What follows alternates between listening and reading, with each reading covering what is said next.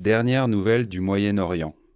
En Iran, une véritable lutte pour le pouvoir vient de commencer. Le corps des gardiens de la révolution islamique d'Iran sont entrés dans une lutte ouverte pour le pouvoir contre les politiciens du pays.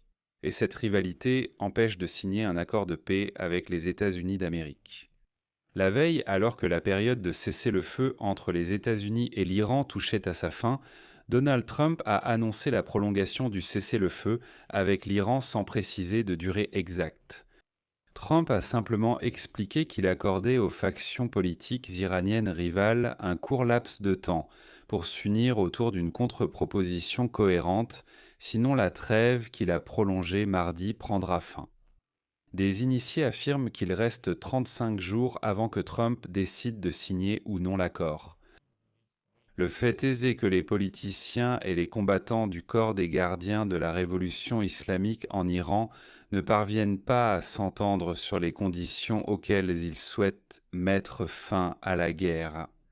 Et cela indique le début d'une révolte du corps des gardiens de la révolution islamique contre les diplomates et les politiciens qui étaient déjà presque d'accord pour conclure un accord avec les États-Unis d'Amérique.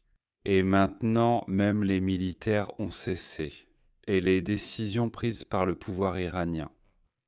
Меня зовут Алексей Печи, давайте вместе обсудим эту тему, но прежде чем мы начнем, попрошу вас, подпишитесь на этот канал, поставьте лайк выпуску и напишите любой ваш комментарий под видео. Кроме того, подписывайтесь на мой телеграм-канал Печи News, ссылка на него в описании к этому видео.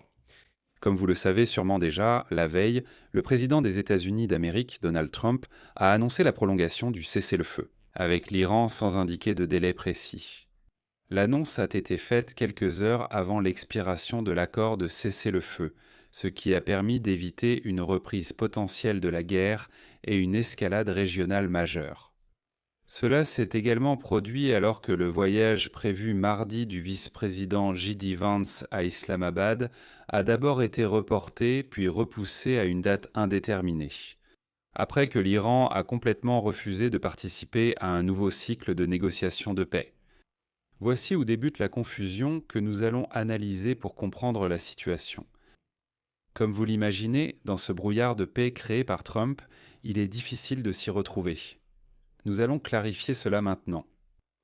La prolongation du cessez-le-feu, comme vous le comprenez, contredit la propre déclaration de Trump faite mardi matin, selon laquelle il ne voulait pas prolonger la trêve. Mais Trump a déclaré qu'il avait pris cette décision à la demande des médiateurs pakistanais, du commandant de l'armée, le maréchal Asim Munir, et du Premier ministre Shahbaz Sharif. Mais la raison de la demande du Pakistan est très intéressante.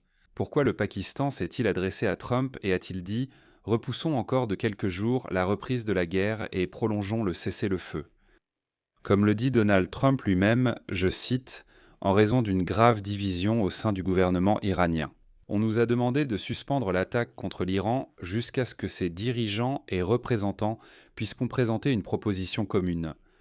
La trêve restera en vigueur jusqu'à ce que leur proposition soit présentée et que les négociations soient terminées d'une manière ou d'une autre. » Mais Trump a également déclaré qu'il avait ordonné aux forces armées américaines de poursuivre le blocus naval des ports iraniens et de rester prêtes à reprendre la guerre si nécessaire.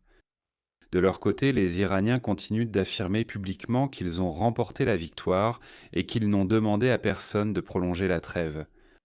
Mahdi Mahamadi, conseiller à la sécurité nationale du président du Parlement iranien et principal négociateur, Mohammad Baghir Ghalibaf, a déclaré aujourd'hui ce qui suit, je cite, « La partie perdante ne peut pas poser de conditions.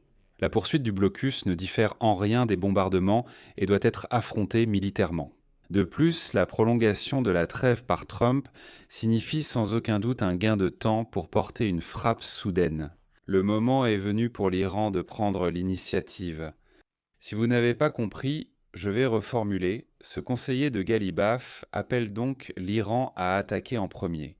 Le cessez-le-feu est fini, Trump a-t-il prolongé? Non, alors allons faire la guerre. En fait, il appelle à la reprise de la guerre. La partie iranienne affirme désormais ne pas faire confiance aux États-Unis, car Trump utiliserait la pause pour préparer une nouvelle frappe, et que ce sont les États-Unis qui refusent de négocier. Et aujourd'hui, la Maison-Blanche a un peu clarifié ce qui se passe réellement. Et ici, nous revenons encore une fois à la déclaration selon laquelle les différentes factions politiques en Iran doivent s'accorder sur une position commune. Apparemment, après les négociations lors desquelles les Iraniens semblaient avoir accepté l'accord des États-Unis d'Amérique, ils ont commencé à rejeter la proposition américaine, mais en même temps, les Iraniens ne peuvent pas présenter leur propre proposition. C'est-à-dire, d'accord, si tu rejettes, propose quelque chose en retour. Mais les Iraniens, ces derniers jours, rejettent sans rien proposer. Tout est très simple. Les politiciens et les diplomates, d'un côté, et les combattants du corps des gardiens de la révolution islamique d'Iran, de l'autre, n'arrivent pas à s'entendre. Et le nouvel ayatollah Khamenei a complètement disparu quelque part. À la Maison-Blanche, on assure qu'ils sont prêts à signer un accord de paix, mais ils craignent d'en avoir trop fait. Et à Téhéran, il pourrait n'y avoir personne ayant l'autorité de signer la paix et l'accord nucléaire. Le guide suprême de l'Iran, Majtaba Khamenei, communique pratiquement pas avec le public. Personne ne le voit ni ne l'entend depuis combien de temps? Plus d'un mois et demi, et même plus. C'est pourquoi ces 2 dernières semaines, pendant la trêve, il n'y a même pas eu de message écrit de sa part. Autrement dit, il a tout simplement disparu, quelque part. Les généraux du corps des gardiens de la révolution islamique, qui contrôlent en fait le pays, et les négociateurs civils iraniens divergent déjà ouvertement sur la question stratégique du nucléaire. Et ici, ils vont citer l'un des négociateurs américains. Nous avons constaté qu'il existe une division totale au sein de l'Iran. Ni les négociateurs ni les militaires, aucune des parties n'a accès au guide suprême Khamenei, qui ne répond même pas à leurs demandes. Comme on le sait maintenant, les premiers désaccords sont en fait apparus à l'intérieur de Téhéran juste après la première phase des négociations, il y a 2 semaines. À ce moment-là, le commandant du corps des gardiens de la révolution islamique, le général Ahmad Vahidi, et ses adjoints ont rejeté la majeure partie de ce que les négociateurs iraniens avaient discuté avec les Américains à Islamabad. Là-bas, ils ont simplement tout rejeté sans rien proposer en retour. Ghalibaf et Arakchi sont simplement revenus à Téhéran, ont présenté la proposition, les combattants ont dit non, que tout cela ne valait rien, et c'est tout. Mais la division est devenue complètement évidente vendredi dernier. Quand Abbas Arakchi, ministre des Affaires étrangères iranien, a annoncé la reprise des activités dans le détroit d'Ormuz, vous vous en souvenez tous. Le corps des gardiens de la révolution islamique a publiquement refusé d'exécuter cette décision et a commencé à attaquer publiquement les pétroliers. Le lendemain, les Iraniens ont de nouveau annoncé la fermeture du détroit. Et dans les jours suivants, l'Iran n'a donné aucune réponse concrète à la dernière proposition des États-Unis. Il a globalement refusé de confirmer sa participation à un second tour de négociations au Pakistan. Et maintenant, les experts affirment que la division est en partie. Cela s'explique par l'assassinat en mars par Israël d'Ali Larijani, ancien secrétaire du Conseil suprême de la sécurité nationale d'Iran. Larijani possédait l'autorité et l'influence politique nécessaires pour assurer la cohérence des actions à l'intérieur de l'Iran. Son successeur, Mohamed Bagher Xalgadra, dont la tâche est de coordonner les actions entre le corps des gardiens de la révolution islamique, la direction civile et le guide suprême, n'a pas réussi. Il n'a pas réussi à réconcilier toutes les parties et à établir un dialogue entre elles. En revanche, Larijani en était capable. Mais il semble que ce ne soit que le début. On a appris que ce sont précisément les généraux du corps des gardiens de la révolution islamique qui ont interdit au président du Parlement, Ghalibaf, et au ministre des Affaires étrangères, Arakchi, de se rendre au Pakistan pour des négociations ce week-end. Et maintenant, comme on dit, ouvrez l'œil. Lundi soir, les Iraniens ont donné le feu vert aux médiateurs pakistanais. Pour les négociations, tout semblait aller bien, on s'est dit « rendez-vous mardi ». Mais à l'aube de mardi, ce signal avait disparu, remplacé par une exigence adressée aux États-Unis de lever le blocus naval, sinon la guerre continuerait. À l'heure actuelle, on ne sait absolument pas ce que veut l'Iran, ni ce qu'il cherche à obtenir. Ils ont simplement déclaré qu'ils pouvaient respecter la trêve ou ne pas la respecter. Et c'est tout. Même publiquement, cela s'arrête là. Et là, Donald Trump s'est retrouvé piégé. Les conseillers de Donald Trump affirment qu'ils pensent que les États-Unis ont fait tout ce qu'ils pouvaient, militairement, et souhaitent quitter cette guerre devenue impopulaire.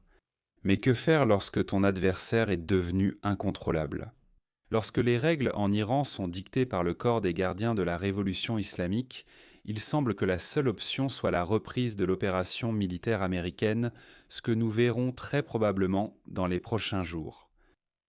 Je vais m'arrêter ici. Votre avis, vos conclusions. Écrivez-les dans les commentaires sous cette vidéo. Abonnez-vous à la chaîne, activez la cloche et n'oubliez pas de mettre un like. Si vous souhaitez soutenir le travail de cette chaîne YouTube et que vous considérez son activité comme importante et nécessaire, vous pouvez faire un don ou bien devenir sponsor de la chaîne, ou encore faire un don dans le format qui vous convient le mieux. Tous les liens et les coordonnées de paiement se trouvent dans la description de cette vidéo. Je vous serai reconnaissant pour tout soutien de votre part. Et abonnez-vous à la chaîne Telegram de Petchy News. Le lien se trouve également dans la description de la vidéo. C'est tout pour aujourd'hui. Prenez soin de vous. À bientôt à tous.